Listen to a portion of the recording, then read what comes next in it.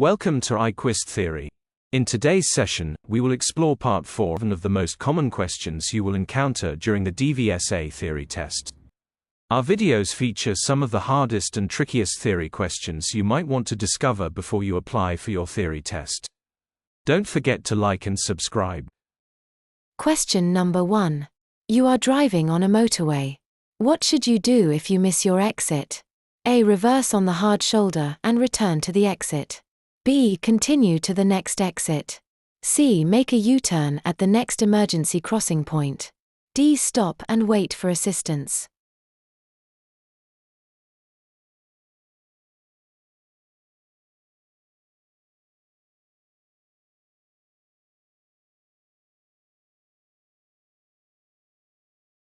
It is illegal and extremely dangerous to reverse on the motorway or use an emergency crossing point for a U-turn. If you miss your exit, you should continue to the next exit and find a safe route back to your intended destination. Stopping on the motorway should only be done in emergencies, and waiting for assistance would not be appropriate in this situation unless you are experiencing a breakdown or other serious issue. Question number 2. You are following a long vehicle approaching a crossroads. The driver signals right but moves close to the left-hand curb. What should you do?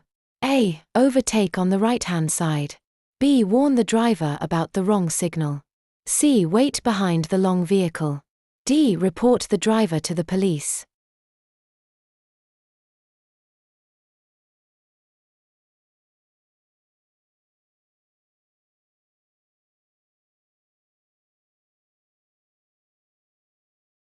Overtaking on the right-hand side will be dangerous because the vehicle might be preparing for a wide turn. It's unsafe to warn the driver about the wrong signal to attempt communication while moving. Reporting the driver to the police is unnecessary. Waiting behind the long vehicle is the safest option because long vehicles often need extra space to maneuver, especially when turning. Question number 3. Why can it be an advantage for traffic speed to stay constant over a longer distance? A. Your overall journey time will normally improve. B. You'll be able to use more direct routes. C. You'll do more stop-start driving. D. You'll use far more fuel.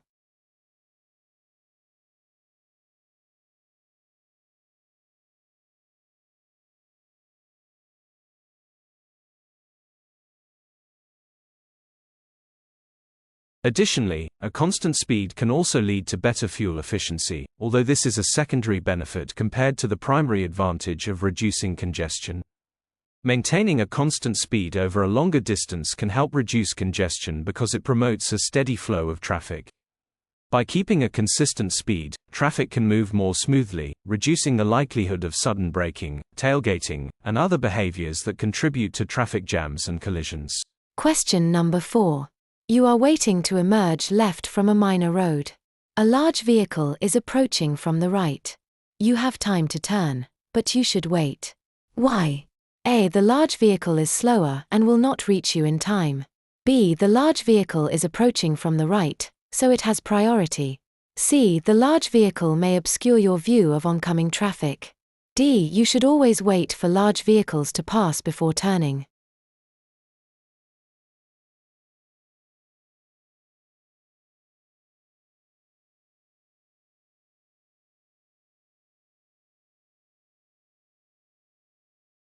When you're waiting to emerge from a minor road and a large vehicle, such as a lorry or bus, is approaching from the right, it's important to wait even if it seems like you have enough time to turn.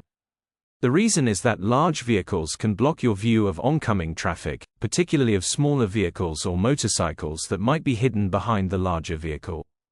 If you turn without fully being able to see the road, you could potentially pull out in front of another vehicle, leading to a dangerous situation.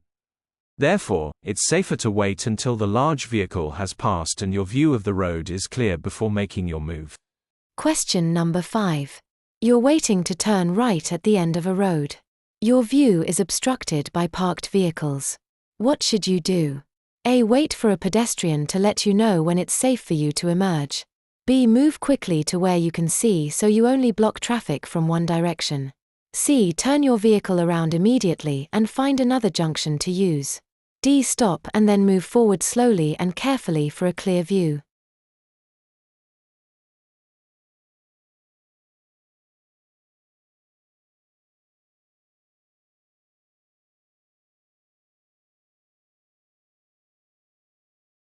Moving slowly ensures you can carefully check for oncoming traffic without rushing, minimizing the risk of an accident.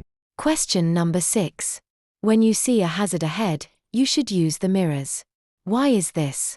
A. Because you'll need to accelerate out of danger. B. To check what's happening on the road ahead. C. To assess how your actions will affect following traffic. D. Because you'll need to brake sharply to a stop.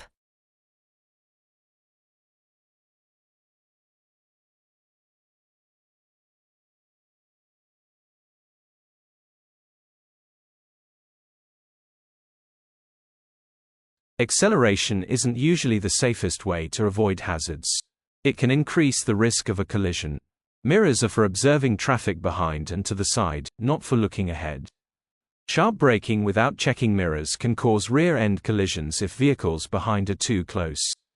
You should use your mirrors to assess how your actions, like braking or changing lanes, will impact the traffic behind you, ensuring safe driving decisions. Question number 7. When do anti-lock brakes, ABS, work best? A. On loose gravel roads. B. During emergency stops where the wheels might lock. C. When driving at high speeds.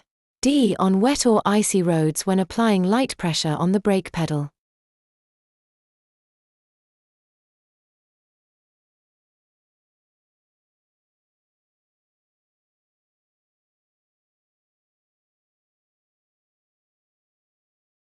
ABS can be less effective on loose gravel, as the system may not stop the vehicle as quickly. ABS is not specifically designed for high speeds, it activates when wheel lockup is detected. ABS typically activates during hard braking, not when applying light pressure on the brake pedal. Anti-lock brakes, ABS, work best during emergency stops where the wheels might lock, as they prevent the wheels from locking, maintaining traction and steering control. Question number 8. When will a new car need its first MOT test? A. When it's 1 year old. B. When it's 3 years old. C. When it's 5 years old. D. When it's 7 years old.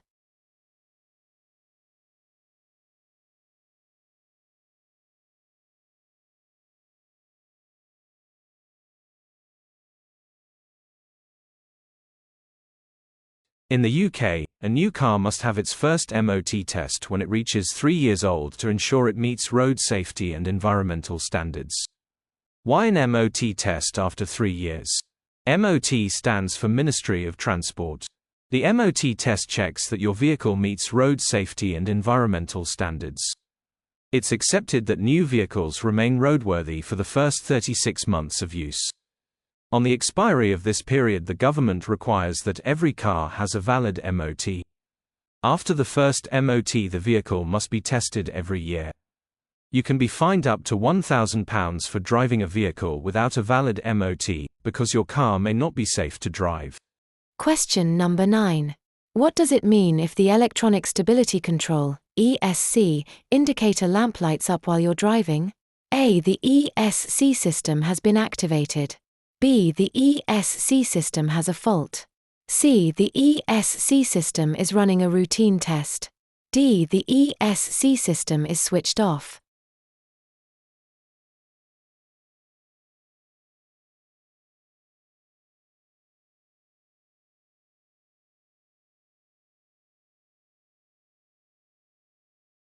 Electronic Stability Control, or ESC, is an automatic system in your car designed to help keep you on course when steering. When the ESC signal comes on, it signals the driver that the system is in action and the vehicle is nearing its handling capabilities. While ESC is a valuable tool for drivers, it is unable to rescue a car once it has surpassed its traction limits. The traction of a vehicle refers to the frictional force between the vehicle's tires and the surface of the road. Good traction means that the tires have a strong grip on the road, allowing for safe acceleration, braking, and maneuvering. Poor traction, on the other hand, can lead to slipping, skidding, or loss of control, which is why tires and road conditions play a crucial role in vehicle safety. Question number 10. What is the purpose of smart motorways? A. To reduce traffic congestion and improve journey times by using technology to manage traffic flow. B. To widening the road but utilize existing lanes more efficiently. C. To eliminate speed limits. D. To remove emergency stopping areas and safety measures.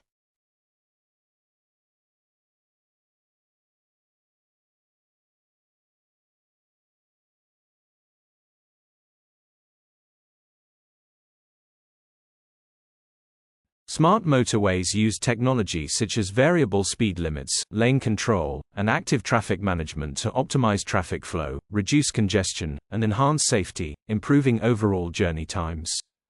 Smart motorways do not involve widening the road but utilize existing lanes more efficiently. Smart motorways implement variable speed limits to manage traffic, not eliminate speed limits.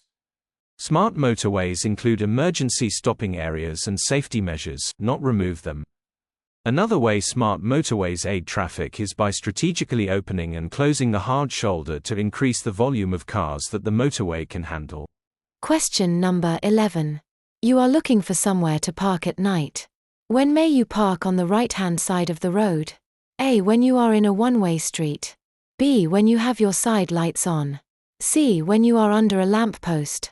D. When you are more than 10 meters, 32 feet, from a junction.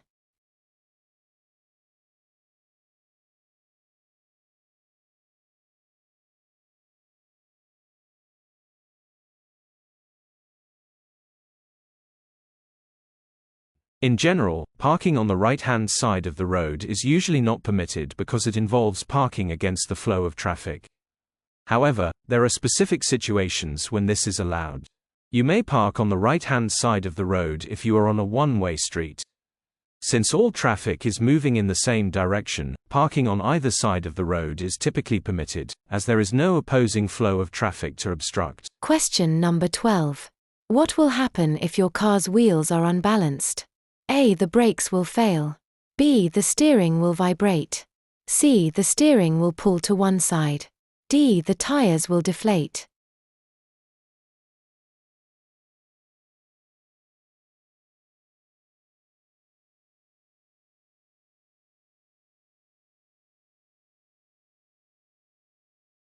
Driving with unbalanced tires can be dangerous and cause significant wear and tear on the vehicle's suspension system, such as vibrations in the steering wheel and seat, poor handling and stability, uneven tire wear, and increased road noise.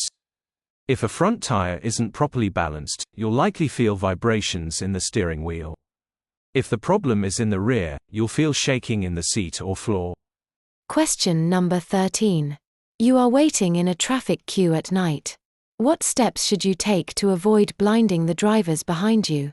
A. Use the parking brake with the foot brake. B. Use the parking brake only. C. Use the clutch with the accelerator. D. Use the foot brake only.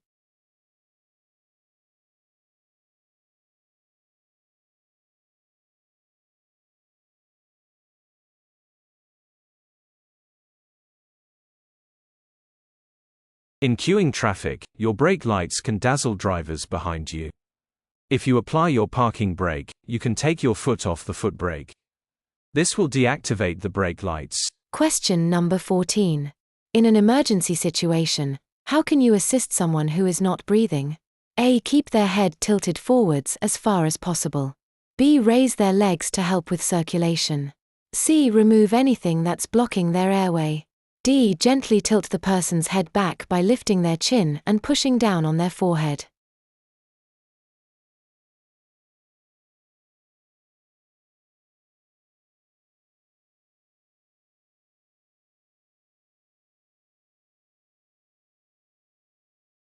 Before you start rendering any help, call or ask someone to call 999. Unblock the casualty's airway and gently tilting their head back will help them to breathe. They'll then be in the correct position if mouth-to-mouth resuscitation is required. These steps can help sustain the person's life until professional medical help arrives. If you are not trained in CPR, providing chest compressions alone can still be very effective. Question number 15. How do you safely rejoin the motorway following a breakdown on the hard shoulder? A. Start your engine and wait for the right opportunity. B. Wave to drivers to slow down for you. C. Build up speed on the hard shoulder and join the left-hand lane when there's a suitable gap. D. Follow the breakdown recovery vehicle onto the motorway.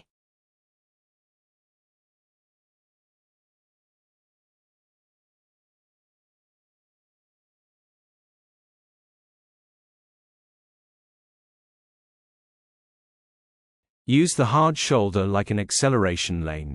Build up your speed and wait for a suitable gap before merging into the left-hand lane of the motorway.